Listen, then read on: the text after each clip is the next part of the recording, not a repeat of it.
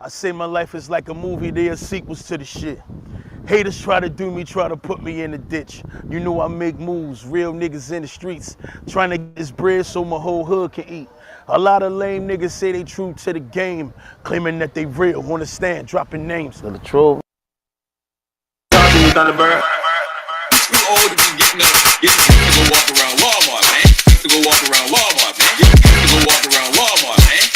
Where else you gonna go?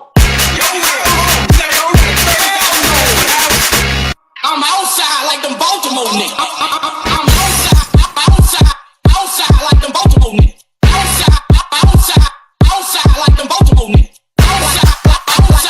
Outside like them Baltimore niggas. Outside like them Baltimore niggas.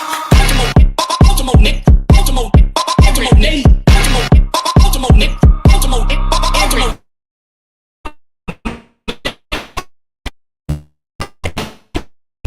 Outside, man. I'm outside, man. I'm outside, man.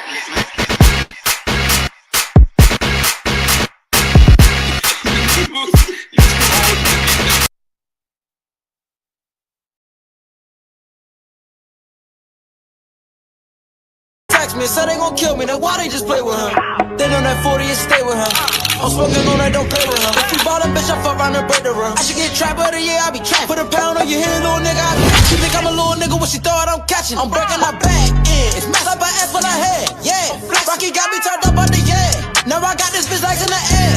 Got a fetish for getting this bread. Run it up, drop my nuts like a lead, babe. Trap of the gun for chasing it. When you shining, you can't rush the process, man, I swear to God, a couple mess up, I ass for her head, yeah. Rocky got me turned up under, yeah. Now I got this bitch like in the air. Got a fetish for getting this bread. Run it up, drop my nuts like a lead, baby. But I got this shit out the mud, bitch. That money feel good when it come for chasing it. When you shining, you can't rush the process, man, I swear to God, a couple perfect timing. In the projects, 50 can jewelry, yeah, I'm switching up the climate. Sleep on the couch, now I'm so gorgeous. If I got blow me a nigga, I know they gon' try make me look like a monster. I'm from Baltimore, better keep you a stick when I'm ride with no armor. I lost noodles and niggas, some niggas.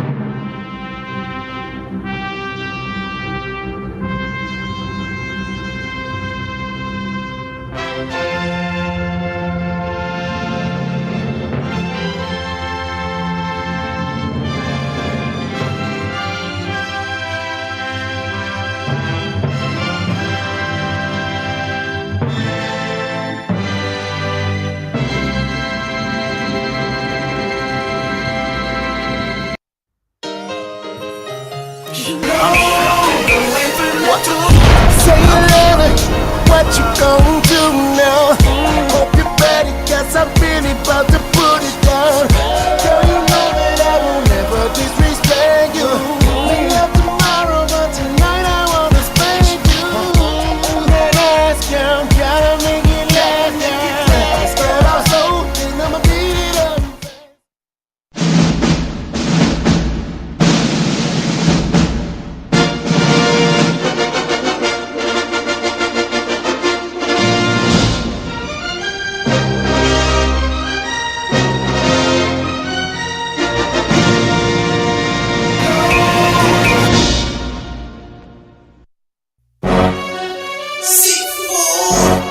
Yeah!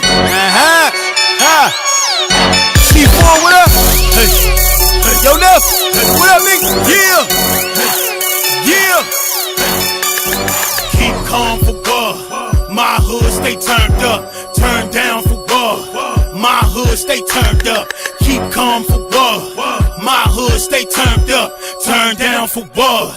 My hood stay turned up. Bully up in the building. Hide women and children. It's go time in no time. My power up to the ceiling. Can't calm me down. That's how I'm feeling. Going out my mind cause I'm on the grind. Haters hating on me, I ain't got time. I'm on the front of that line. No, I ain't no soldier. I'ma tell you one more time. Don't make me show you. We in the club, you push a shove, we push back. It's all love, my hood goes so hard. We max out like a credit card. We take the bouncer's job. Send them home with no pay cut. Get one of y'all to say what? Don't make me break your face up. Make it look like girl makeup. I'm real about this here.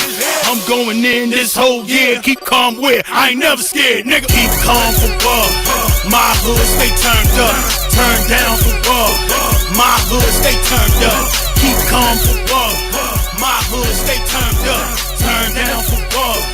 My hood stay turned up. Keep calm for what? My hood stay turned up. Turn down for what? My hood stay turned up. Keep calm for what? My hood stay turned up. Turn down for what? My hood stay turned up. My hood ain't got no chill. My hood ain't got no chill. We hit the ball with 4 racks, man, shit about to get real. Shorty, what you drinking? So rock is what I'm thinking. Non-stop, she taking shots, her brain's about to be sinking. We turned up right now. Haze rolling up right now. Your hood got that Reggie, my hood got that loud. We going in full throttle. Hurt popping them bottles. Send little mama the big cuz and he asking her that she swallow. Like Instagram, come follow. And VIP with models. My section all the way live. Y'all haters won't survive. Y'all doing a lot of bluffing. We turned up at 05. The owner say calm down. What I look like, a clown, nigga? Keep calm for what? My hood stay turned up. Turn down for what? My hood stay turned up. Keep calm for what? My hood stay turned up. Turn down for what? My hood stay turned up. Keep calm for what? My hood stay turned up. Turn down for what? My hood stay turned up. Keep calm for what? My hood stay turned up. Turn down for what? My hood stay turned up.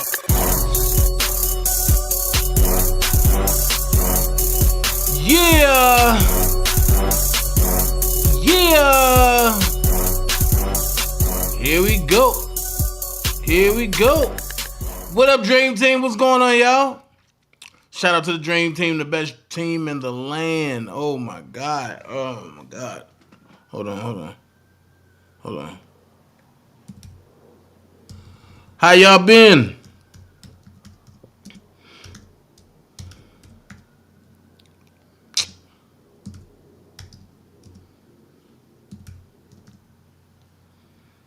How y'all been?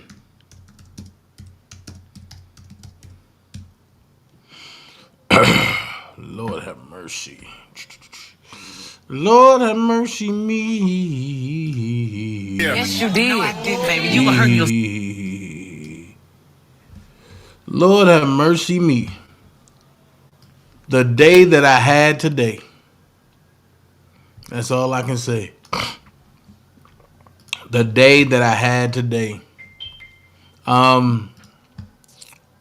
Shout out to everybody that's here, man.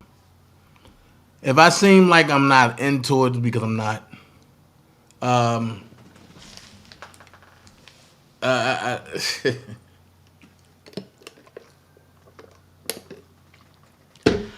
watch how people play it with YouTube.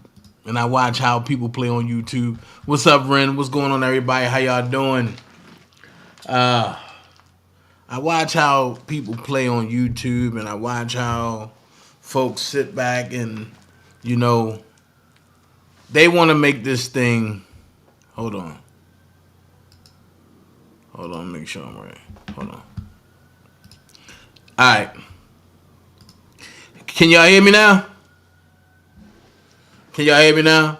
What's up, Miss Bougie? What's going on? What's up, Miss Hot Pink, Miss Lady T, everybody? Mama Mary, how you doing?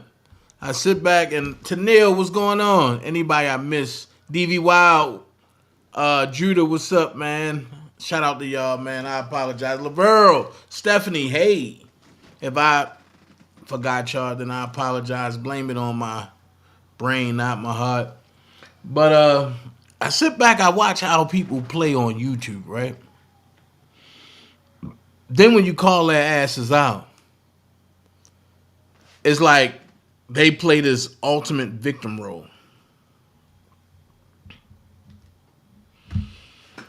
I ain't accepting no fucking awards.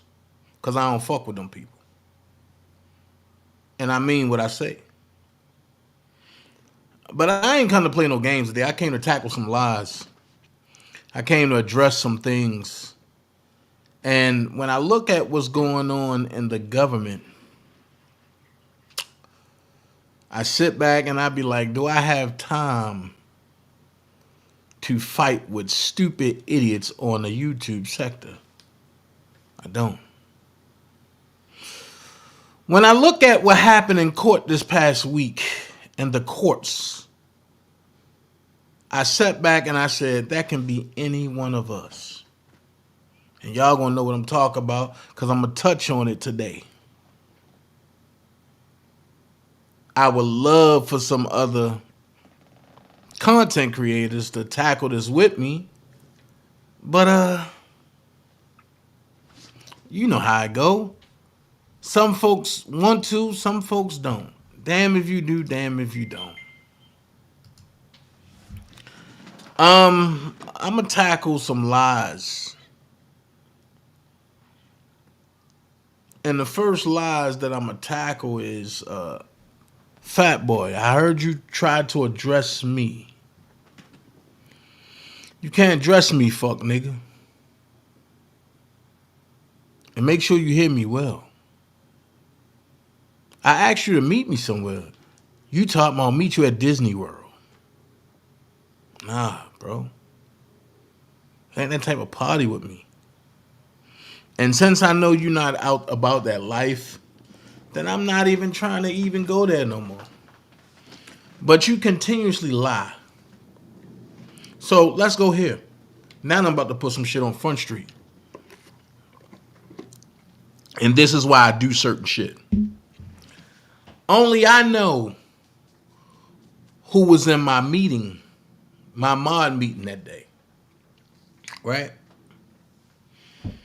And nobody talked about Fantasia at all.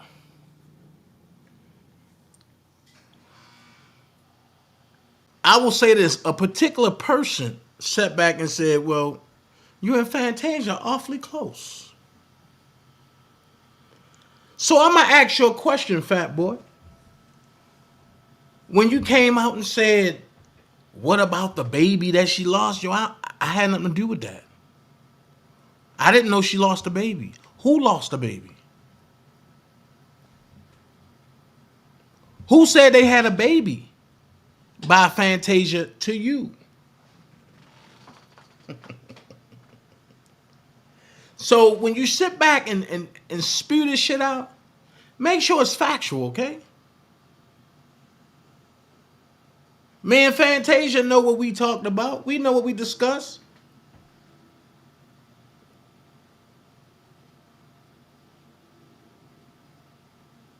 But what about the conversations that me and you had about Fantasia? And when I told you, nah, yo, chill about that, bro. When you were saying, oh, yeah, I'm trying to fuck her, yo. I said, nah, yo, chill about that. Then let's talk about how y'all used her product to try to sway her over to you all. Thinking that it was going to make me break or cry. Listen, I love Fantasia to death, bro. But she be in y'all chat, not over here. The show must go on. And I don't have no ill feelings towards Fantasia.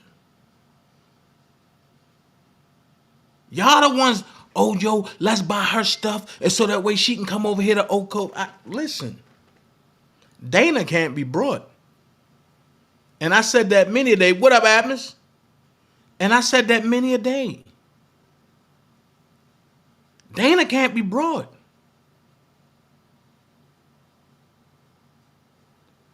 Now, the problem that y'all having, and I seen this shit where you talked about me, Atmos, and JoJo. 3 guys who don't give a fuck about none of y'all. And I'm talking about from the head on down. 3 guys that don't give a fuck. But you said that Atmos was what's the words? You said that he was a flip flopper. I beg to differ. Cause when he left here to go over there with Ocov, he ain't leave here on R. Kelly shit. He left here because he didn't like one person. And he said that one person, if he represent R. Kelly must be guilty. And me and him argued about that. But do you think, no matter what me and my brother go through, no matter what we say about one another, and we said some crazy shit, but I stand on this, Atmos don't play with that gay shit. So for you to go there and say, Atmos told us about you being gay, you're a liar. And I'll stand on that. And I don't have to be in y'all conversations. You're a liar, and I stand on that.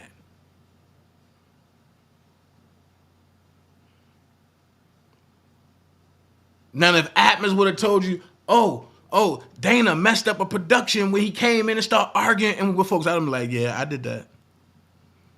But for you to say, Atmos said Dana messed with God, nigga, please. And Fat Boy, let me help you with something, yo. The chicks I done forgot about and ran through are the chicks that you dream about, nigga.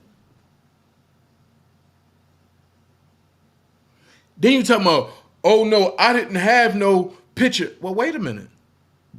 Why is it that once you and Angie fall out, a picture starts surfacing? And then it went to all of Angie enemies that you sided with. Make this shit make sense. One thing about it, bro, I'm very calculated in everything I say, everything I do. So y'all over there having awards trying to get kikis, right? You do realize Atmos is an actor, right? You do realize that I'm an actor, right? I've been thinking about this. What would you do if me and Atmos put on an award ceremony about you and the messy crew that you run with? How would y'all feel? Because it'd be ugly.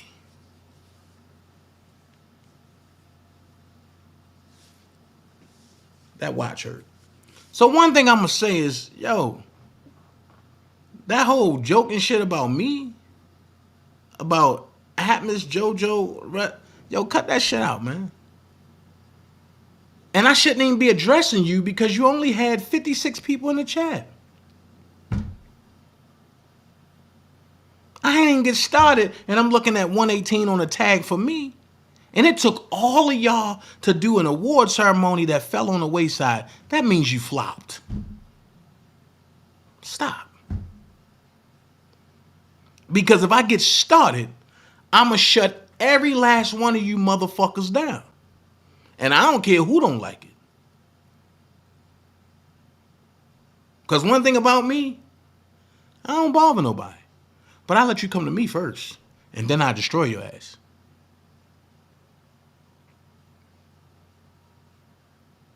So this is the second time that I'm saying something about it. Don't let me go there again. Because the next time I'm bringing a joker out, and it ain't going to be fun. The only reason why I ain't bringing a joker out today, because I don't feel like joking. I don't feel like laughing. I watched something today in court that it even fucked me up. I watched a little kid that is cool as hell.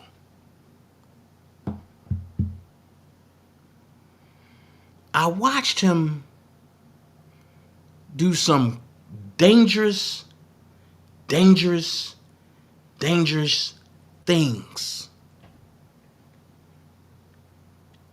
And his mom didn't give him the time of day. His dad died. His uncles and them don't care. His grandma moved to Florida. I think you know where I'm about to go with this. So he became a mini hitman. I watched him get 20 felony charges in Superior Court. That's unheard of. The judge said something to him so crazy today. And Rainbowski, I need you to listen to this, bro, because when you put that post out, oh yeah, but I hope they keep him in court. Okay, that's cool. But I watch my dog, one of my lower hitters, and I'm gonna keep it a buck. One of my lower hitters. That's all I had to do is give him a quick 5. Quick 500, some J's, shorty. Yeah. I watched him get... No, and before I go there, the judge said, what were you thinking when you shot up the apartment building? And he said, Judge, I don't know. And she said, I don't want to hear I don't know. He said, I wasn't thinking. She turned around and said, I'm scared of you. It took the air out the courtroom because everybody said, she said, I'm scared of you. He looked up. I looked up. I just hung my head because I knew she was going to frown. Then she said, I don't want nobody I love around you. Then she said it again, I'm scared of you. I don't think you need to be in civilization for a while. At that point, I'm thinking, she about to give him 10 years. He'll be all right. Remember, 20 felony counts. Each one of them carry a 30-year sentence, max. So his public defender asked for 20 years. And the state said, okay, we can go with that. The judge cussed on the bench and said, fuck no. His eyes got big, my eyes got big. He got sentenced concurrent to 130 years, 40 years suspended, 3 years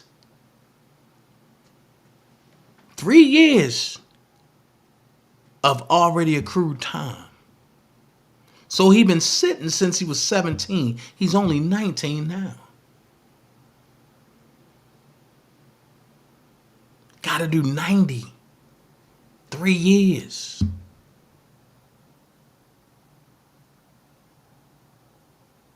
$93 years.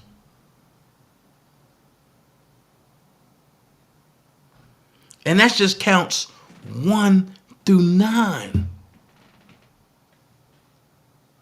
She ran the other counts right into it. Anything else, he would have been done. Well, he done now, but anything else, you might kill him now. Then she said, if you make it out, you got 5-year probation. You can't be around no firearms. You can't be around this. You can't be around that. I said, hold on. Yes, he got a thing of carjackings, but his carjackings are severe. All of his carjackings led to death. Somebody died. And I sat back and I said, These judges ain't playing. So why should I? So when I see people like Rainbowski try to paint a picture, make sure you paint the truth. You said something today that made me laugh, but it angered me. You said that when you got locked up, I was in New York with Diva and Blade. No. When you got locked up, I was in Atlanta. Technically, at the time you got locked up, I was at Wingstop in Atlanta. Secondly, I don't give a fuck about you. So whether you die, you get locked up, whatever, I don't care. The only time I'm going to care is when you cross my path. That's when I'm going to care. Because you got to see me then. All that shaking and shit, all that running and shit, that shit ain't going to work.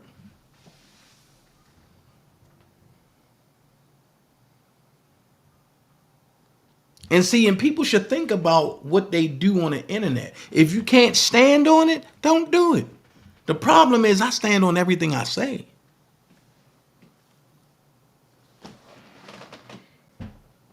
Ask your public defender.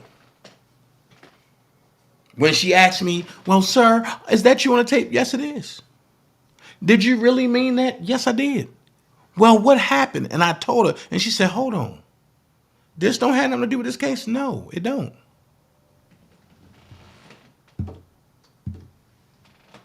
That's why I say just sit tight.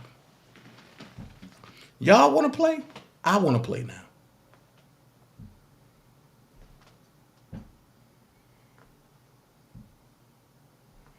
So, I urge everybody, man, to pay attention to what's really going on. And I'll say this to the slow dude in Bolingbrook. While you selling t-shirts, right? Or trying to talk about people messed up your business, you ain't never have a business. What is your business EIN number? What is the name of your business? Because we watched you use somebody else's name to sell Kmart merchandise.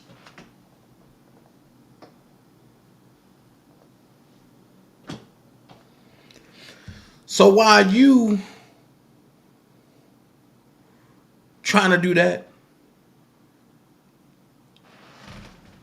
I'm getting credits for writing scripts on major networks. I'm getting credits for being in scripts on major networks as well. I'm going to just give you something to make you mad real quick, okay? So while you talking, just go back and watch this. I'm going to make you mad a little bit. Yes, you did. Man, you were hurting yourself.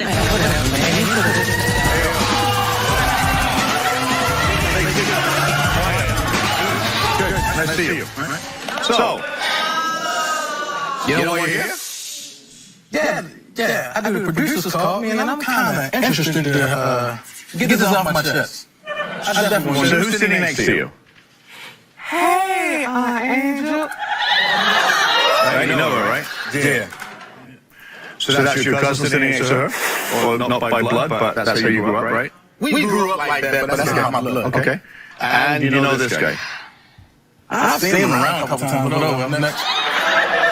Okay. You have no idea why they brought you here, right? Not really, but I got an idea now. What do you think you're here for? Because, me and Letitia had a affair. A couple, not once, not twice, but 3 times. Okay. But you knew she was engaged, right? Yeah, I did, but I also know that Angel and her fiance, Ramon, if that's what you want to call him, ran her away. Bro, what are you talking about, bro? Hold on, bro. You sound stupid. You sound stupid. Chill out, bro. I'm just playing my...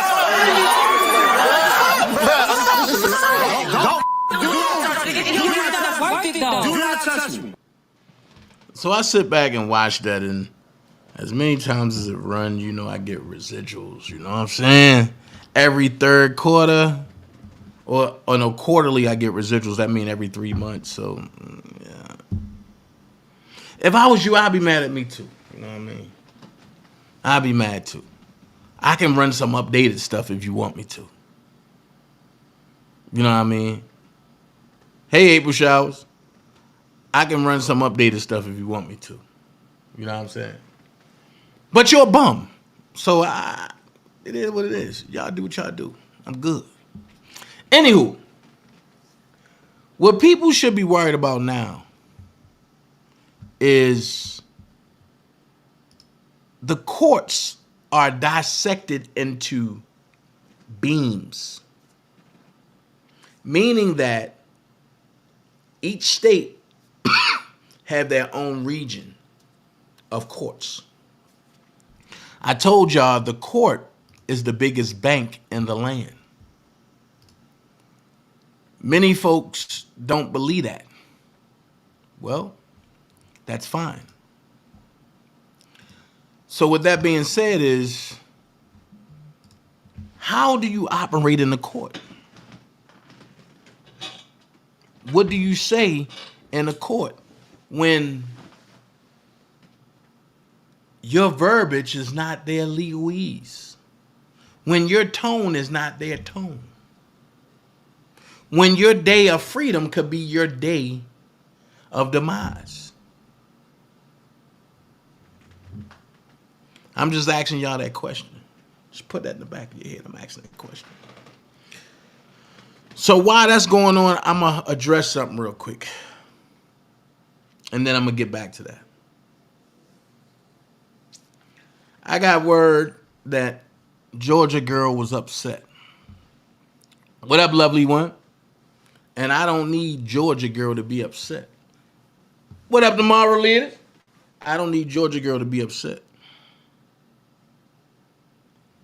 I'm going to say this. I know a lot of people out there, you know, heard about what's going on and this, but I'm going to say this.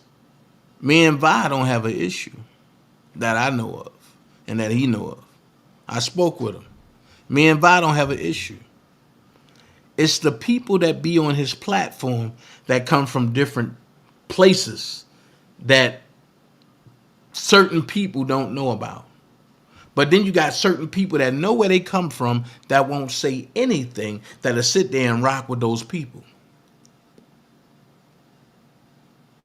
The day of the fake and phony shit is out. If you rock with somebody, let that person know, yo, be aware of this person rock with such and such and such and such.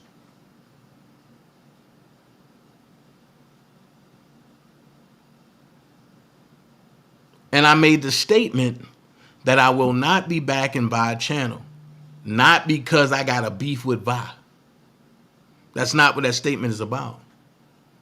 That statement is simply because Vi doing a good thing on his channel, and I don't want to mess up what he got going on. Because I'm no longer holding my tongue for nobody. So wherever I go, if I feel like that I'm being lied on, I'm going to address it. Right then and there. So to keep the tension down, to keep the narratives down that's spinning, and I heard about a lot of narratives. I heard a lot. Oh, Vi, watch how Dana gonna do you the way he did Sylvia and this and them. See, that's what I mean. People don't know what they talking about. Because I didn't do them no kind of way. I was done dirty. And when I was done dirty, I bounced back. I was asleep. I didn't know what was going on. Atmos called me. Ain't nobody else called me. Atmos called me. And when I looked at it, I addressed it. I don't know where Israel been at. Judah? I don't know.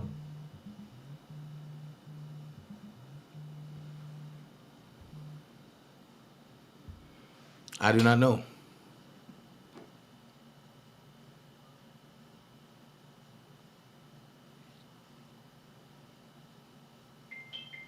So when I hear the narrative spinning, I get it. I get it. Oh, look at this. The dummy found his way over here. Well, first of all, let me help you out with something, you stupid bitch. Ain't none of my kids suing me in court, dumbass. And you so stuck on using my son name that you got people that don't like you thinking that your kid name is my son name. So let me help you with this. You want to talk about kids, right? Let's talk about that bastard ass little bitch of a so-called daughter that you think you have. Because word on the curb is you are claiming an ex-child.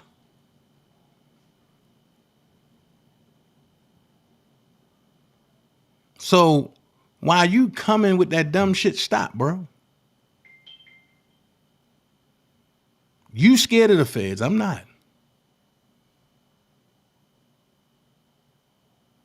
They can't stop what's coming to you by me.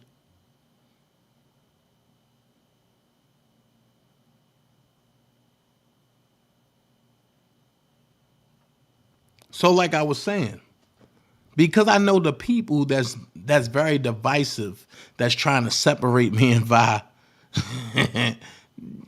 try it. It's cool. It's cool. One thing about it, win, lose, or draw, I stand on my square. Something that none of you motherfuckers do. I stand on my square. And I'm 10 toes deep.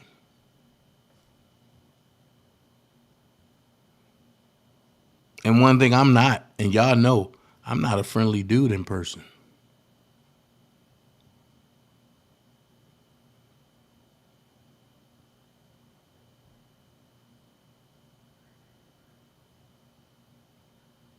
So keep talking.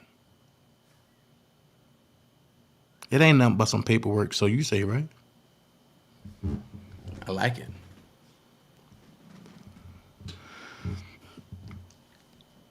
So as I'm addressing that, I'm going to keep it real and I'm going to keep it funky.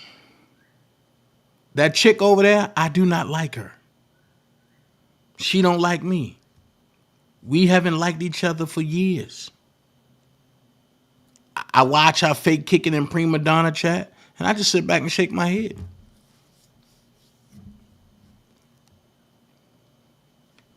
It is what it is. So what I say is nah, Judah, see, that's what I'm talking about. Judah, this right here, unacceptable. Ain't none of that going against nobody.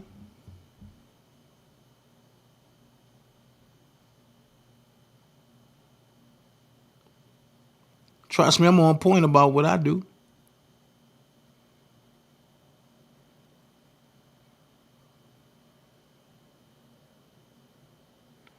But one thing I won't do is mess up his lives, because he be having some good lives. And I want his message to get out his way.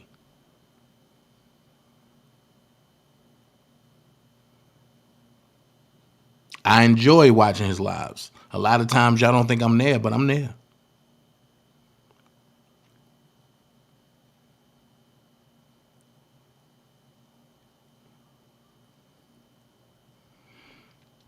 So, with that being said, I'm going to say this. Can't nobody sway me in any direction when I can pick this up and call that brother with no problem.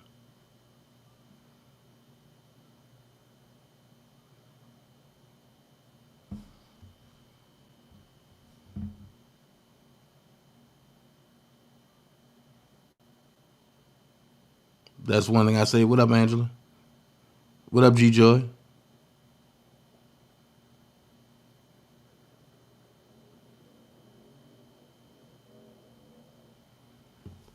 I sat back and I listened to some of the dumbest shit I ever heard. And I'm sitting back like, y'all folks don't even know me for y'all to talk like that. And I will say this. For the people that's leaking information the wrong way, be careful. Because people know who's in their lives. People know who's in their mod meetings. Be careful. One day, you're going to do something crazy. And it's going to play out in front of everybody. Don't make that person be you.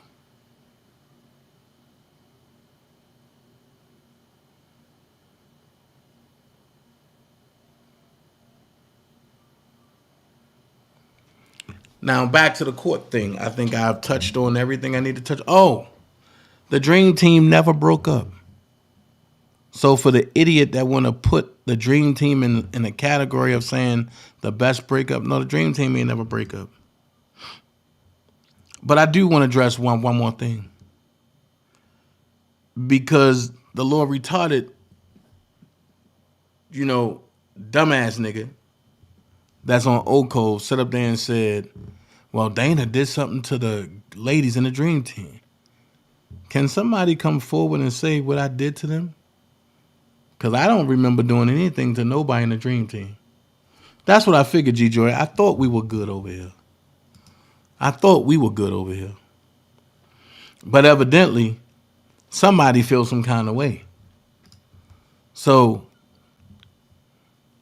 I'm wondering what happened. This is what I mean when I say I put motherfuckers on Front Street. I don't believe in going behind people's backs and going on lives and talking about something. Oh, no, they got this going on. No, say what you mean and say what you mean and mean what you say. That way everybody can know what's going on.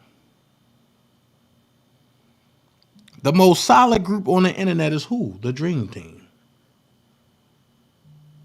And I get the tactics. I've seen it before. People will try to say stuff to try to get bickering going on amongst us. It won't happen. I can be mad at a Dream Team member right now and you motherfuckers wouldn't even know.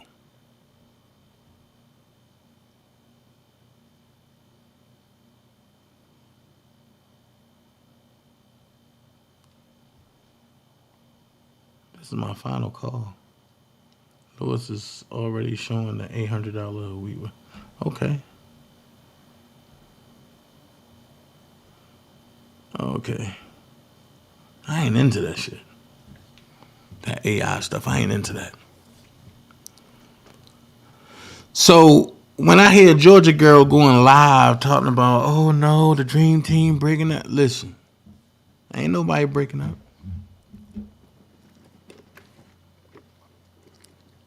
Just because folks got their own channels and do whatever, that's them, man. We good over here. That part right there, G-Joy.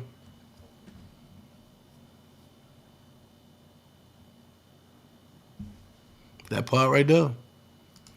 And I'm not accusing nobody. But if I ever come across it,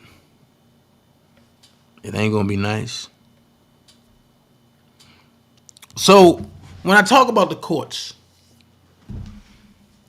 the first thing I say is I worry about Robert Sylvester Kelly.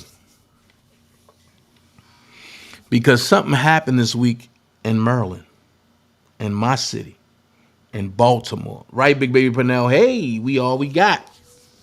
Something happened in my city that scared me. And if they did it in my city, which is one of the most corrupt cities, What makes you think they won't do it in another corrupt city called New York? What makes you think they won't do it in another corrupt city named Chicago? And if they did it to this man, what makes you think they won't do it to Robert Sylvester Kelly? That's why I tell everybody, keep it going. Don't get lax. Don't get relaxed. Excuse me. Keep the heat on. So people saying, Dana, what are you talking about?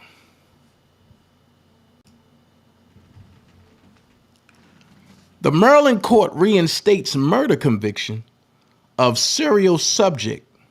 If you notice, they don't call him killer. Of serial subject Adnan Syed. Now, the Innocence Project. I ain't picking on nobody, but I'm gonna keep it real. I expect that other lady to be talking about this, because this is involved in her project. The Innocence Project helped this man overturn his conviction. But then the Innocent Project went ghost when the state reinstated his conviction. Uh-oh. Let's read. A Maryland appellate court on Tuesday reinstated the conviction of Adnan Syed, the man who spent over 2 decades behind bars for the 1999 slaying of his ex-girlfriend Min Lee, and whose M case was featured in the landmark podcast Serial, which we will be dissecting starting Monday. We're going to take apart each day and dissect it together. If there's any other content creators that want to jump on this, it'll be the time. In a 2-1 ruling, the appellate court said the lower court had violated the rights of the victim's brother. Oh my God. Listen now. In a 2-1 ruling, the appellate court said the lower court had violated the rights of the victim's brother. Now, hold on. If Min Lee is the one that's unalived, what do the brother have to do with this? Let's read.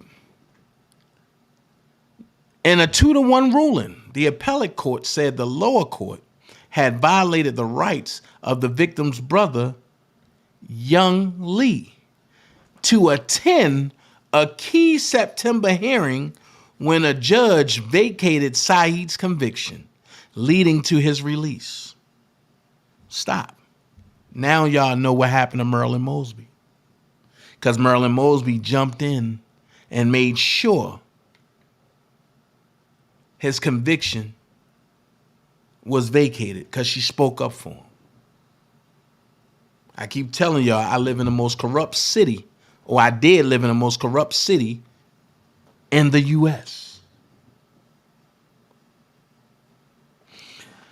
So they say because the circuit court violated Mr. Lee's right to notice of and his right to attend the hearing on the state's motion to vacate, this court has the power and obligation to remedy those violations. As long as we can do so without violating Mr. Syed's right to be free from double jeopardy. That the court's opinion said. So let me ask this question. How are you going to remedy the violations that you say is violations, but not violate Mr. Syed's right to be free? There's no way you can do it. Because if you overturn that, you're making him a convicted felon again. That's violating Mr. Syed's right. So wait a minute. You mean to tell me because I'm close to Robert, I can just go to the appellate court and file some paperwork and say that my rights have been violated because I know Robert ain't do none of those things? And because I wasn't at certain key points, because the state or the government didn't call me in. So because they didn't call me in, the rights were violated. So I think the trial need to be redone. You mean to tell me that we can do that? No. So the court said we remand for a new legally compliant and transparent hearing on the motion to vacate, where Mr. Lee is given notice of the hearing that is sufficient to allow him to attend in person. Evidence supporting the motion to vacate is presented, and the court states its reason in support of its decision, it added. So now you want to retry Mr. Syed and make him go over the trauma all over again of something that he did not do. But you scared to try R. Kelly case over again because y'all say that the accusers will be traumatized. Remember when I told y'all that when people think they not of indigenous descent, they are? And the court will show you. So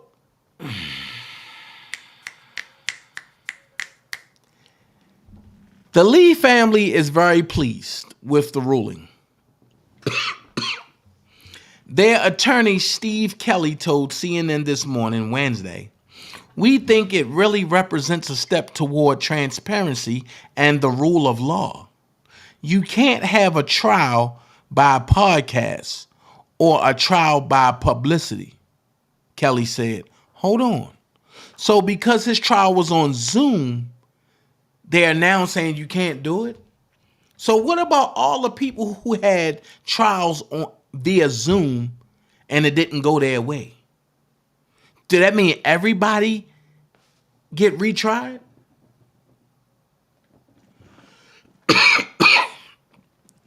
So it says, contending the proper judicial process was not followed when Syed conviction was tossed out. How? It's in everyone's interest, including Mr. Syed's, to have all the evidence aired publicly, Kelly said, adding later that the Lee family is not vengeful. So hold on. This don't make sense. This is a contradictory. If the Lee family is not vengeful, why do they want the trial to be retried? Let's make it make sense. Then they say, we want the truth. He said, if Adnan Syed is not the guy, then we want him out.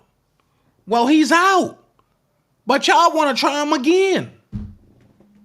So basically, the undertone is we want him to be the guy and we want him convicted. But the overtone for the public, so that way we won't get backlash, is we want the truth. If Adnan Syed is not the guy, then we want him out. Well, he was out. Then David Sanford, another Lee family attorney, similarly told CNN in a statement, the family was delighted with the court's decision and the order for a transparent hearing where the evidence will be presented in open court. So hold on. Check this out. Syed's attorney says he will remain a free man. Assistant Public Defender Erica Suter, shout out to Erica doing her thing. That's right. Don't let your father die. Don't let his death be in vain. Shout out to Erica Suter. Rest in peace, Sean Suter. Assistant Public Defender Erica Suter, Syed's attorney and director of the Innocence Project Clinic, said the appellate court reinstated the conviction, not because the motion to vacate was erroneous, but because Miss Lee's brother did not appear in person at the vacator hearing. Oh. So is it Syed's fault that the brother didn't show up? Is it Syed's fault that the state didn't give him proper notice? If this don't sound like a railroad waiting to happen, then what it is?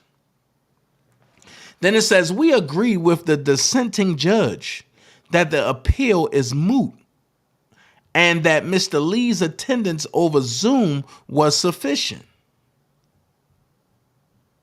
Suter said in a statement provided to CNN by the Maryland Office of the Public Defender, there is no basis for re-traumatizing Adnan Syed by returning him to the status of a convicted felon. For the time being, Adnan remains a free man, the attorney said. We remain optimistic that justice will be done, Suter added. We intend to seek review in Maryland's highest court, the Supreme Court of Maryland, and will continue to fight until Adnan's convictions are fully vacated. Stop. That will fall under double jeopardy. But you see the way that they trying to slide it in? Sound like somebody by the name of R. Kelly, don't it? How they just slid it in under different charges, but it's the same thing. The decision to vacate Syed's conviction came nearly 8 years after the podcast dug into the case and raised questions about the conviction and Syed's legal representation. In explaining her decision to vacate, Baltimore City Judge Melissa Finn cited material in the state investigation that was not properly turned over to defense attorneys, as well as the existence of two suspects who may have been improperly cleared as part of the investigation. Why victim's brother wanted a redo of key hearing. Lee's brother had requested a redo of their hearing, arguing in part he didn't have enough notice to attend in person. Wait a minute. You mean to tell me you got that much power to go to a lawyer and say, I didn't have enough notice to attend the alleged person that unalived my sister 20 years ago? What the F is going across my head? What the F? Attorneys for Lee, who was able to watch September proceedings by Zoom. Wait a minute, you was there. If you watched it by Zoom, you was there. Hold on.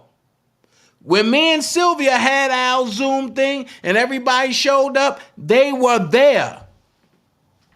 So what makes it any more special if you're there by Zoom or in person? So it says Lee's brother had requested a redo of their hearing, arguing in part he didn't have enough notice to attend in person. Attorneys for Lee, who was able to watch September's proceedings by Zoom, previously alleged in court documents that prosecutors and the circuit court that overturned Syed's conviction had violated the brother's rights. How?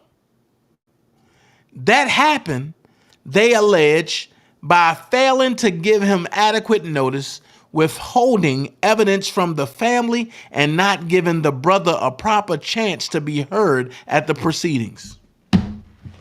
If you was there by Zoom, you could have been heard. That's all you had to do is log in and say, hey, I'm the brother. The prosecutor would have added you in if you had something to say. This is bull shaganaka.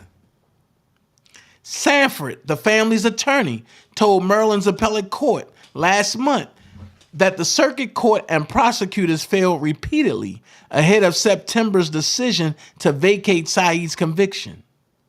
The victim or victim's representative has a right to be heard, the attorney said. Hold on. So now that we hear that part, right? What I want to do is I want to share something.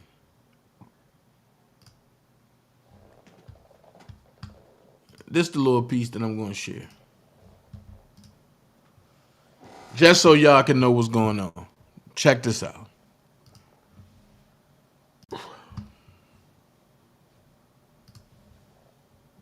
Ed was convicted of killing his high school ex-girlfriend, 18-year-old Heyman Lee. And if it wasn't for a persistent childhood friend and a hit podcast, the world largely would have forgotten about him. But on September 19th, 2022, at the age of 41, he walked out of prison and the internet went into meltdown. So what's all the fuss about, and why was he released? 2 words. It's complicated. Let's recap.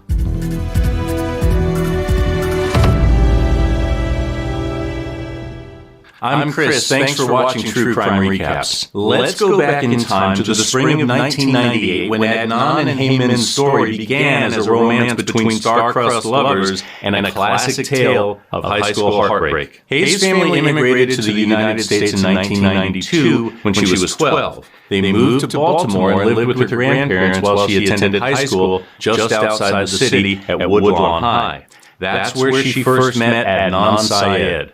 Their relationship began like a cliché 80s movie, with a prom date where Adnan and his friend Stephanie were crowned prom prince and princess. After that, Hay and Adnan were like a modern-day Romeo and Juliet.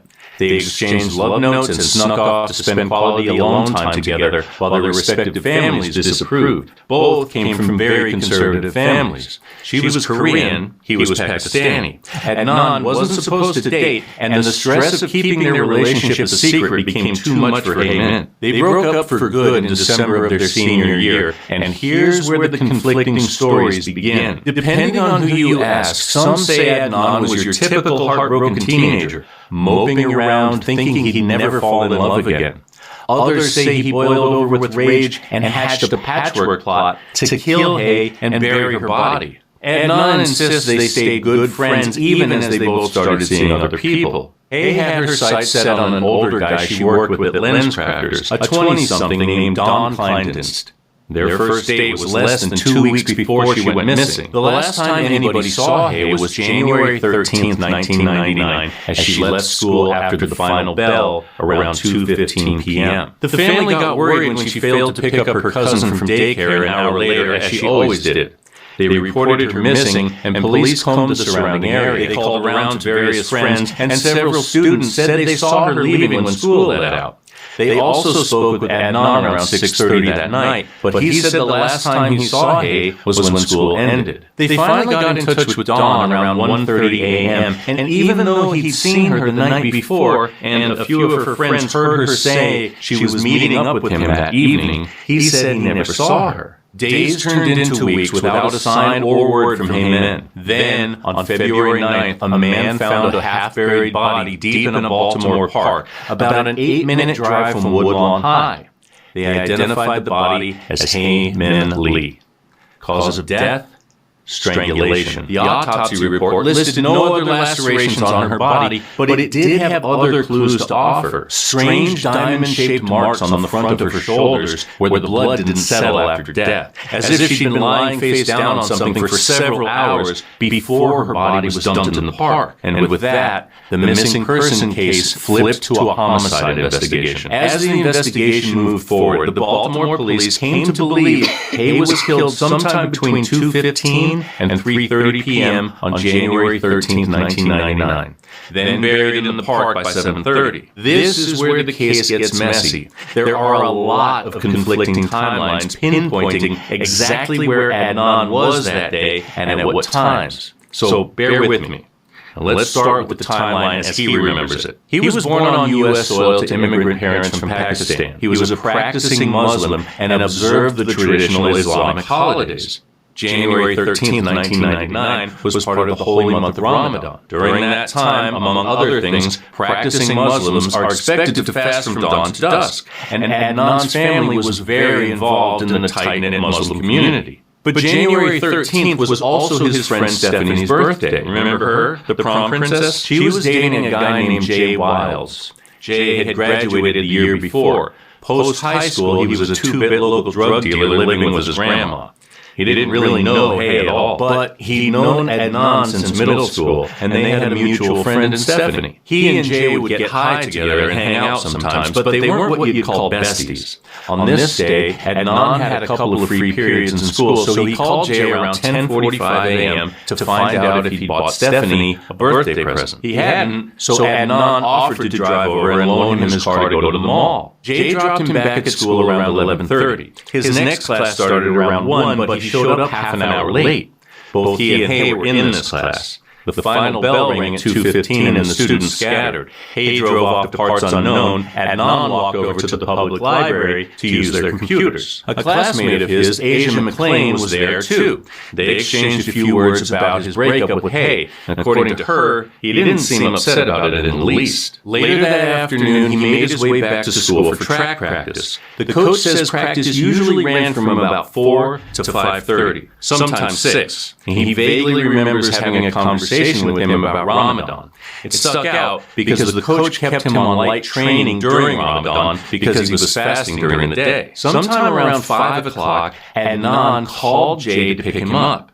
From there, it gets fuzzy. His best recollection is they swung through a drive-thru for food and went to someone's house to smoke weed around 6. By 6:30, he had fielded at least 3 calls from Hay's brother and the police looking for her. By 7, he was home picking up food to bring to his father at the mosque. And prayer started around 8 until 10:30 that night. 3 days after Hay's body was found, the Baltimore Police Homicide Division received an anonymous phone call telling them to look into Adnan. Hold your breath. The water is about to get even muddier from here on out. Police subpoenaed Adnan's phone records. The official story is they noticed several calls to one number, Jen Pusateri. On February 27, 1999, she told them a close friend of hers, Jay Wiles, said Adnan killed Hay. When they confronted Jay, he had an interesting story to tell. Before I get into that, you should know Jay is a controversial character. Parts of his story tend to change depending on the day. But this is the basic gist of it. Adnan called him at 10:45 that morning, and on that everybody can agree. From there, it goes off the rails. When Adnan picked him up, Jay claims they went to the mall together. On the ride over, Adnan mentioned how angry he was with Hay and told him he wanted to kill her. Now, before we go on, I want to raise a flag here. This is one of those areas where Jay's story varies wildly. Details like which mall they went to, whether or not they went together, if he went with other people, and how seriously he took Adnan's alleged outburst about Hay are all parts of the story that have changed over the weeks, months, and years following the murder. When Jay dropped Adnan back at school, he kept his car for the day. Adnan kept his new cell phone in the glove box, so Jay had use of that too. Back then, in 1999, it was all about pagers. Anyway, Jay used his borrowed wheels and his borrowed phone to drive to his friend Jen's house and smoke weed and or play video games like they did a lot. What time he got there is debatable, but sometime between 3:30 and 4, he says he got a call from Adnan asking for a pickup. There are a few different versions of where they met up and what happened next. In one version, he met Adnan on the street. He was driving Hay's car and wearing a pair of red gloves. That's a critical statement because red fibers were were found near her head. Adnan's supporters believe the cops coached him to mention the gloves to fit the fiber evidence,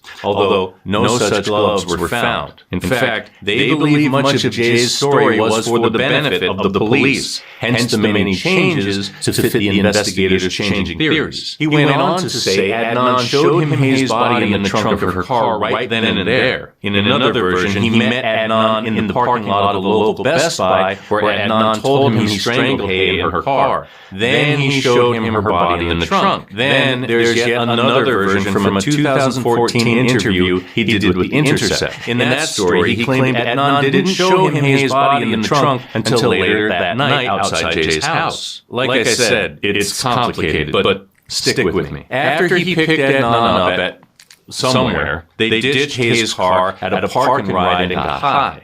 And coincidentally, that parking ride is only about 5 minutes from the park where Hay was found. Although again, here's another spot where the story changes. Other versions have them driving around calling various people trying to find some weed. And still other versions have them going straight to a friend's house to smoke. Sometime between 4:30 and 5:15, or never, depending on the story, Jay dropped Adnan off late for track practice, then picked him up again around 6. During the time period when Adnan says he stopped at home before going to the mosque, Jay says they were actually picking up shovels from his grandmother's house, burying the body, ditching Hayes' car, and dumping the shovels behind the Westview Mall. After the deed was done, Adnan gave him a ride home. Or did he? Jen told police she picked Jay up outside the mall that night around 8 or 8:30. She also said she saw Adnan with him. When Jay got in her car, he told her about the murder. He was also worried about the fact that Adnan had used his shovels. If Jay's fingerprints were found on them, he'd be in big trouble. So she drove him back to the dumpster so he could wipe them down. That's the story the state took to trial. Although, plot twist, in that 2014 interview with The Intercept, Jay claimed it all happened hours later, around midnight.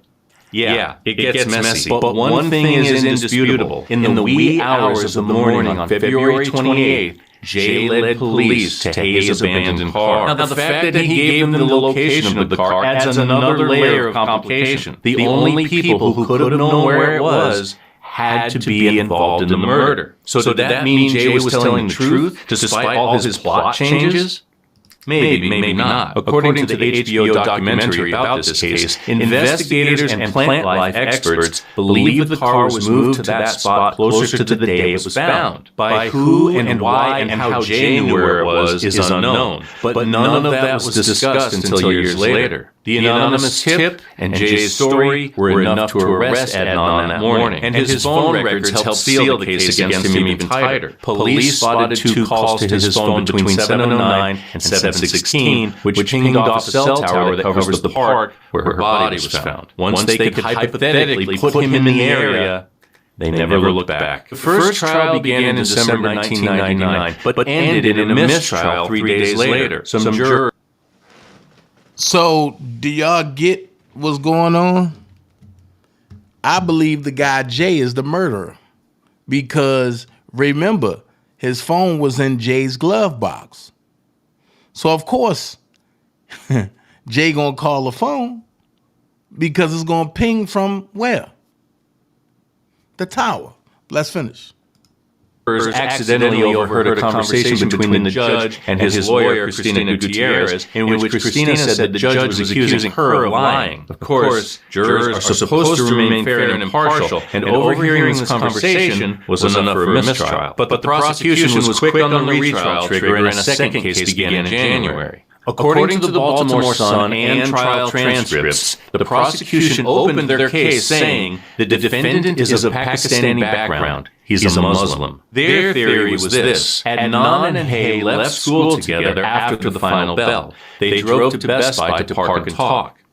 Why Best Buy? Remember I mentioned Adnan and Hay had to sneak away to spend time with each other? The Best Buy parking lot at night was one of their special spots. But by 2:36, the conversation had turned violent, and Adnan strangled Hay to death in the front seat of her car. Then he called Jay for his help to clean it all up. The basis of their motive argument was that Hay besmirched his honor when she broke up with him, and his religious beliefs were motive enough to kill her. her. But it was the cell tower evidence that was the crux of the prosecution's case. They acknowledged Jay was a bad witness, but they ensured the jury that the phone records would fill in the missing pieces to his patchwork story. For unknown reasons, none of the physical evidence was tested for DNA at the time. But what about Asia McClain, the classmate who put Adnan at the library at the same time the state believed he was strangling Hay? Christina Gutierrez never put her on the stand. She never even contacted her. Was this strategy or just pure incompetence? You'd think Asia would be her single best witness, but the lawyer had a history of client complaints long before Adnan's case. She agreed to disbarment by consent in 2001 and died in 2004. As one Baltimore judge put it, controversy always seemed to surround Christina. The 1-2 punch of Adnan's phone records and Jay's testimony was enough to convince the jury on February 25, 2000. They found him guilty of first-degree murder, kidnapping, false imprisonment, and robbery, sentencing him to life in prison plus 30 years. Jay took a plea deal and got 2 years probation for his role in the crime. He never saw the inside of a prison cell. Adnan began the grueling appeals process in 2003, but the Muslim murderer was never getting out of prison in a post-9/11 America. He filed for post-conviction relief in 2010, citing ineffective assistance of counsel, but the legal maneuvering went nowhere. Adnan stayed behind bars. Asia's testimony, or lack thereof, came up again when his new lawyer, Justin Brown, filed another appeal. He also cited new evidence showing that Adnan's phone records were incredibly misleading, despite being the prosecution's smoking gun, if you will. You won't believe this. When AT&T sent his phone records to Baltimore PD, they included a cover sheet warning them that only outgoing calls could be reliably geolocated. Incoming calls could not reliably pinpoint someone's location, but that's what the prosecution depended on to convict him for murder. Despite that, Adnan stayed right where he was, behind bars. Fortunately, Hold on. I'm going to play that lower piece one. Hold on. Or lack thereof, came up again when his new lawyer, Justin Brown, filed another appeal. He also cited new evidence showing that Adnan's phone records were incredibly misleading, despite being the prosecution's smoking gun, if you will. You won't believe this. When AT&T sent his phone records to Baltimore PD, they included a cover sheet warning them that only outgoing calls could be reliably geolocated. Incoming calls could not reliably pinpoint someone's location, but that's what the prosecution depended on. So you mean to tell me that the incoming phone calls...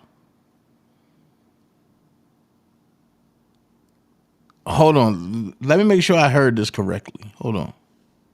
Appeal. He also cited new evidence showing that Adnan's phone records were incredibly misleading, despite being the prosecution's smoking gun, if you will. You won't believe this. When AT&T sent his phone records to Baltimore PD, they included a cover sheet warning them that only outgoing calls could be reliably geolocated.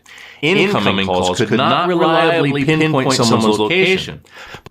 Okay. So you mean to tell me that them phone records that we was looking at in the R. Kelly case,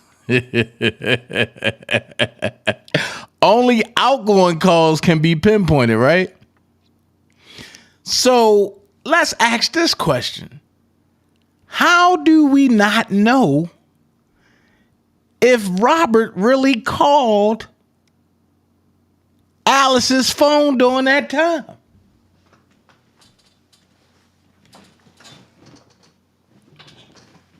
Because only outgoing can be pinpointed. Incoming can't. I told you, when you start looking at other cases, you see the faults in the Robert Sylvester Kelly case. So just like they said, and I'm going to say it again. Smoking gun, if you will. You won't believe this. When AT&T sent his phone records to Baltimore PD, they included a cover sheet warning them that only outgoing calls could be reliably geolocated. Incoming calls could not reliably pinpoint someone's location. So how do we know that R. Kelly called that phone during that time? Because only outgoing can be geographically located. Incoming calls can't.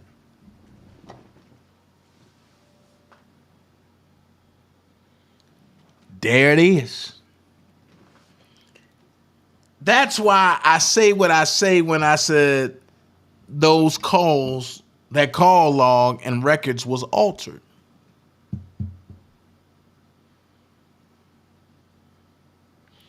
It happened in Baltimore. So the phone calls can be altered. And I told y'all that. And everybody got mad at me. But now you're hearing the same sugar honey iced tea in a whole nother case.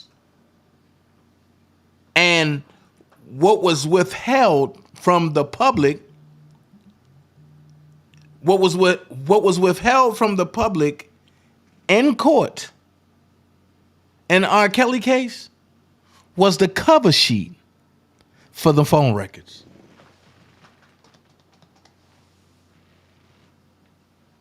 Let's finish. But that's what the prosecution But I bet don't nobody want to talk about that.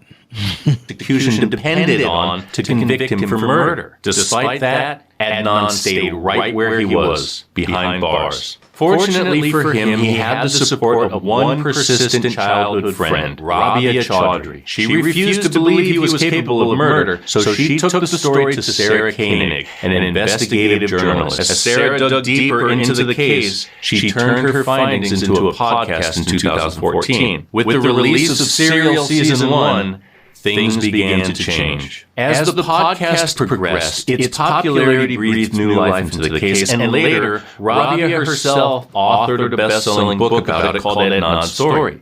It revealed even more information and led to her own podcast called Undisclosed, which then sparked filmmaker Amy Berg's HBO documentary called, fittingly, The Case Against Adnan Syed. So if Adnan didn't do it, who did? This brings us back to Don Kleindienst, the 20-something who was dating Hay when she went missing. His relationship with her made him a strong suspect, but he had an alibi. During the time police think she was taken, he was working at Lens Crafters in a Baltimore suburb, a good 20 or 30 minutes from Woodlawn High School. His mother managed the store, so did she help him fake his alibi?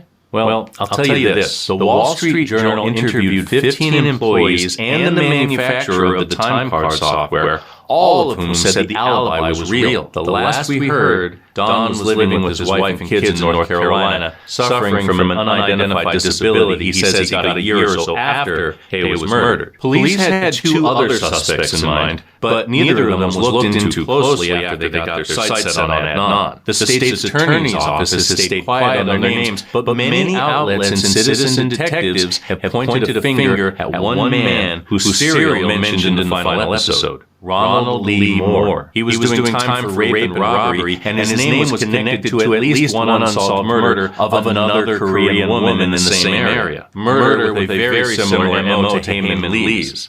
He got out of prison only 13 days before she was killed. Over the years, he was in and out of jail for a variety of heinous crimes.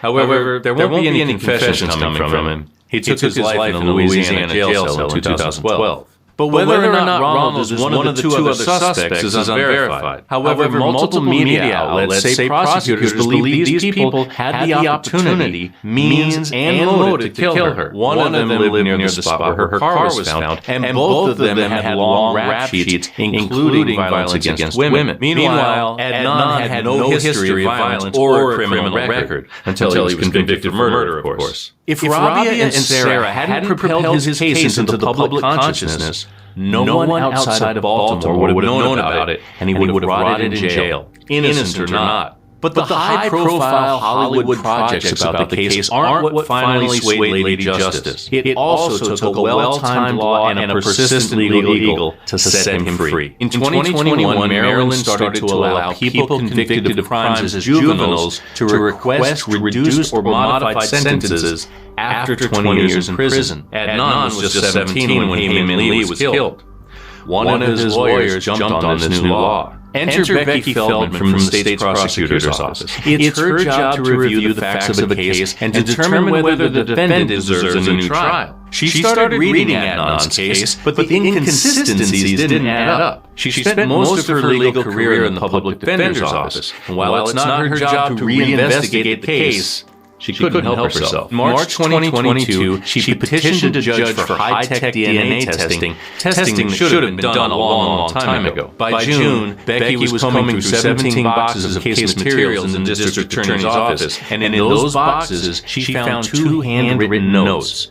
Both notes were about 2 alternate suspects, but Adnan's lawyers, going back to 1999, never saw them. From what Becky could tell, the notes were written by a prosecutor and concerned the 2 other suspects, and apparently police knew about them at the time. The notes focused on 2 separate phone calls referencing the same suspect before Adnan was tried for Hayman's murder. Apparently, this suspect was heard saying how he was upset with Hayman and how he would make her disappear. So, what about the DNA? Some of the items were tested for the first time in 2018. Things like fingernail clippings, Hayes jewelry, a shirt, a condom wrapper, and some pieces of rope in a bottle found near her body. The results were not a match to Adnan or Jay Wilde's. Unfortunately, it didn't point to anyone else either. But with the found notes, the problems with the cell tower and all the other issues surrounding the case, he was free to go home. To the sound of cheers from fans and supporters. He's not completely off the hook yet, although it looks promising. The state's attorney's office is waiting on the results of the latest DNA testing before dismissing the charges. But September 19th wasn't a happy day for everyone, especially Hayes' brother, Young Lee. He addressed the court before Adnan's release, saying, "This is more than just a podcast to me. This is a real-life nightmare. Whenever I think it's over, it always comes back." Now, after 23 years, the Lee family will have to wait a little while longer to learn who killed Innn. Maybe it was Adnan. Perhaps it was someone else. What do you think? And that's your recap. Thanks for hanging out. So, you know, when you look at other stories, you see how the R. Kelly case plays out. And you look at it and be like, damn, but that happened in Rob case. Damn, but that happened in this case. Damn, that happened in that case. So much for the case law. I definitely got to say that. So much for the case law. But we're going to jump on this Adnan story and we're going to rock all the way through. Starting Monday, and we're going to do the podcast. No. Starting Thursday. Let's do Thursday. Let's start Thursday. Starting Thursday, we're going to start with episode 1 and season 1. And we're going to go through the podcast. We're going to go through each show. Okay? And we're going to break it down together. Last but not least, before you go, I want to tell you this. Be prepared for a default and a debt ceiling. Here's why I say that.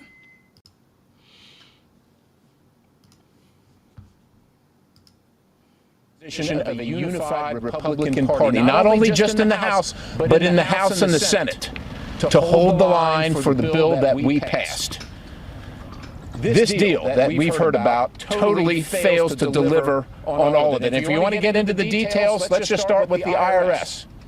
87,000 new IRS agents, all the billions of dollars, $1.4 billion cut, leaving the balance to be used by the IRS immediately, starting at this moment, continuing on for the duration of this presidency. $4 trillion at least, an unlimited debt ceiling increase. Unlimited debt ceiling, and oh, by the way, puts the incoming president, whether that's Joe Biden or whether that's a Republican, having to deal with it in a lame duck session. Absolutely and completely unacceptable. Trillions and trillions of dollars in debt for crumbs, for a pittance, every single thing. Take the student debt bailout, the student loan forgiveness, Biden forgives, you pay.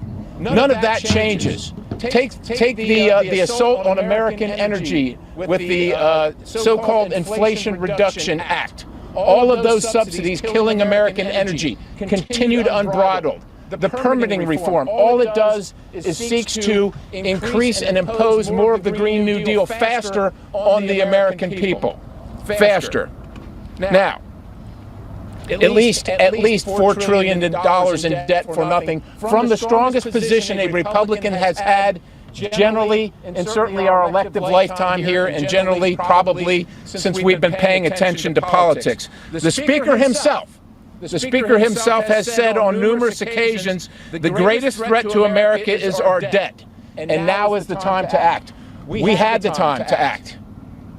And this deal fails completely. And that's why these members and others will be absolutely opposed to the deal, and we will do everything in our power to stop it and end it now. Now with that, introduce the gentleman, Mr. Roy. Well, I thank Chairman Perry, I thank my friends here who have been for a long time making clear to the American people that it's time for things to change in Washington. Now, we've been saying that for a long time, and finally in January we did something about it. And we forced a change, and the American people responded.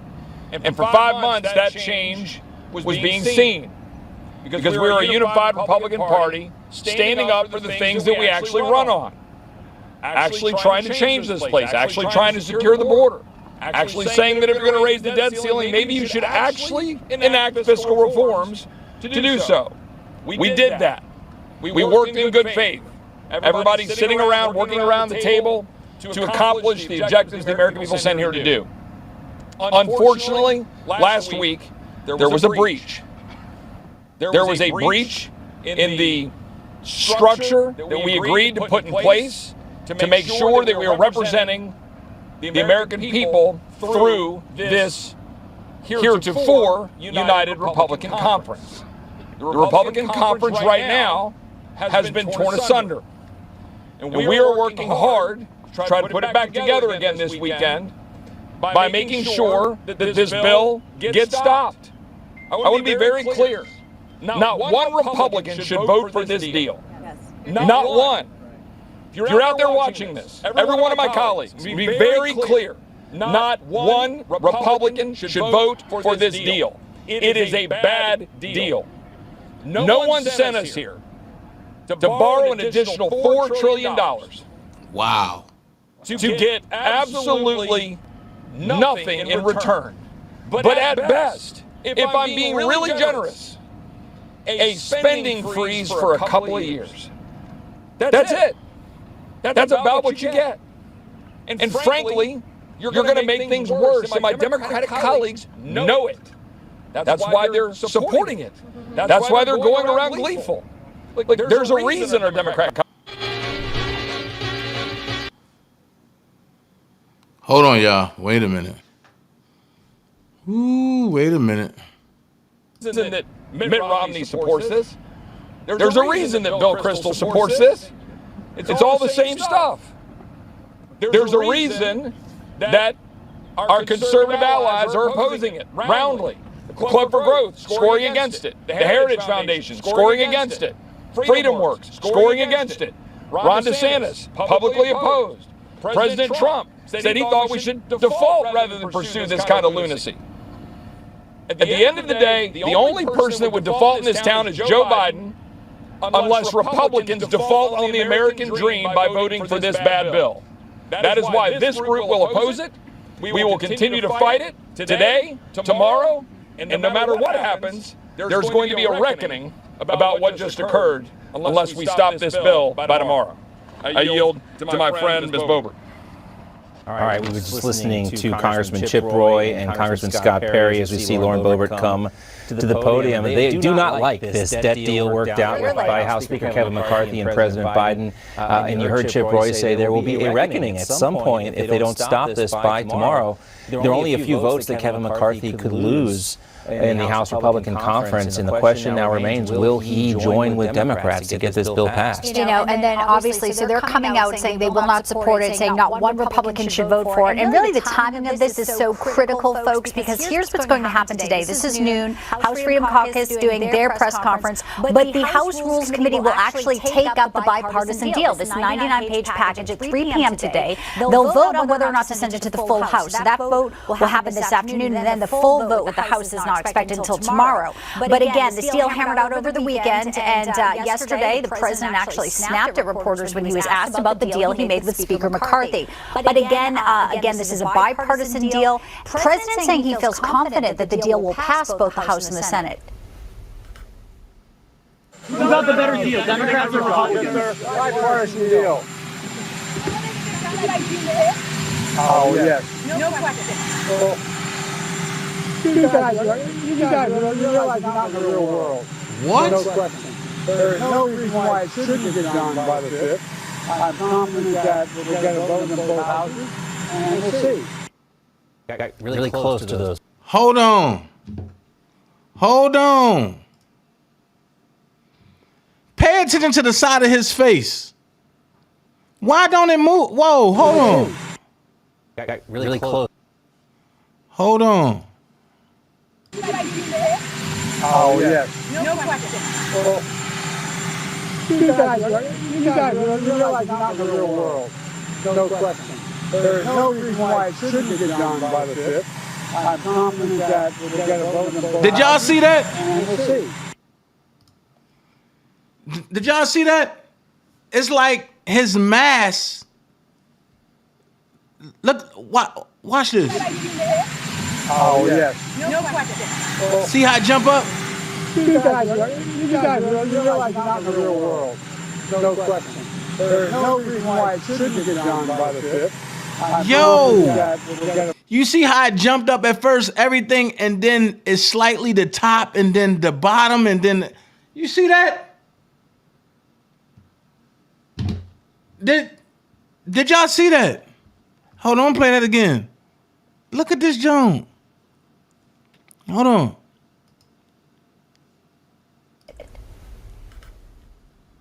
Who got the better deal, Democrats or Republicans? Look, see how it just screamed like look at this. It's like the wax on the mask is getting stuck. Deal. Oh, yes. No question. Look at that. You guys realize you're not in the real world. No question. There's no reason why it shouldn't get done by the 5th. I'm confident Wow. that we'll get a vote in both houses, and we'll see. Wow. Really close to those reporters in the rope line. So I can't say what I want to say, but when I go live on Rumble, make sure you just check it out, because then I'm going to say what I want to say over there. But, jeez. My God. Look, I'm just bringing y'all truth. I'm bringing y'all clarity on what's going on. I thank y'all for joining me. Y'all could have been anywhere in the world, but y'all chose to rock with me tonight. So I want to say thank you once again. And as we jump on this Adnan situation, we're going to go harder and harder and harder. Y'all be blessed. Have a good night. I'll see y'all tomorrow afternoon. Peace. God bless. I don't like to waste time on stupid conversation. There's no profit in that. So if I'm around people that are always complaining with no solutions, then I'm wasting real estate in my brain for what I need to project. And what I project in my brain is what I project in my reality. So that real estate only has to be for evolution, things that are going to help me get where I got to go. You understand? Help me evolve. So if my conversation with you makes me stagnate, we don't have too much conversation either. I don't have no time for no stupid ass conversation. He just wants you to come on.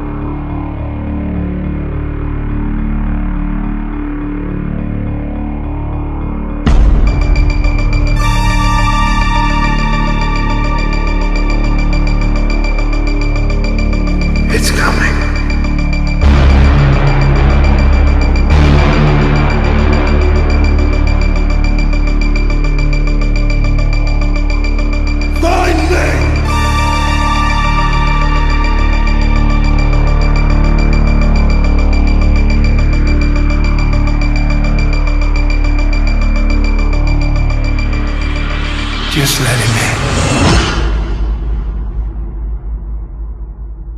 Some little niggas that'll crack you like a Dutch. You play with Miz and Mac and you will get your head bust. Fools don't understand until your life get crushed. Step your game up, illiterate fake fuck.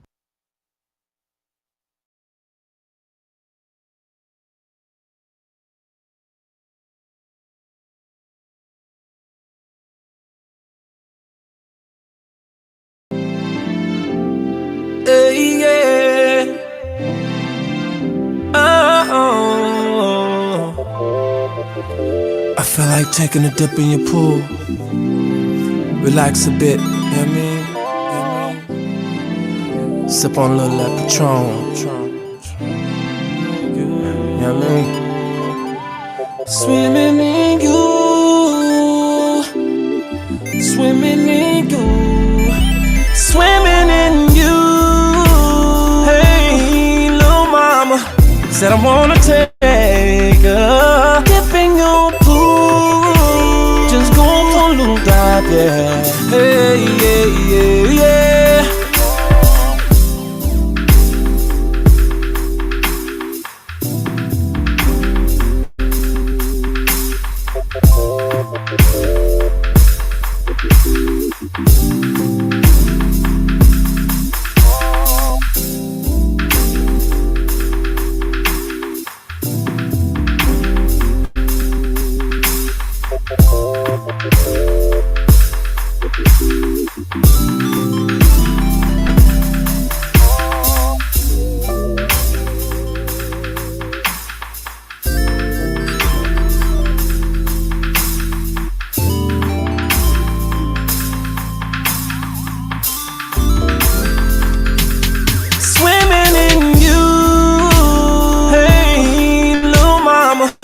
Said I wanna take a dip in your pool. Just go for a little dive, yeah. Hey, yeah, yeah, yeah.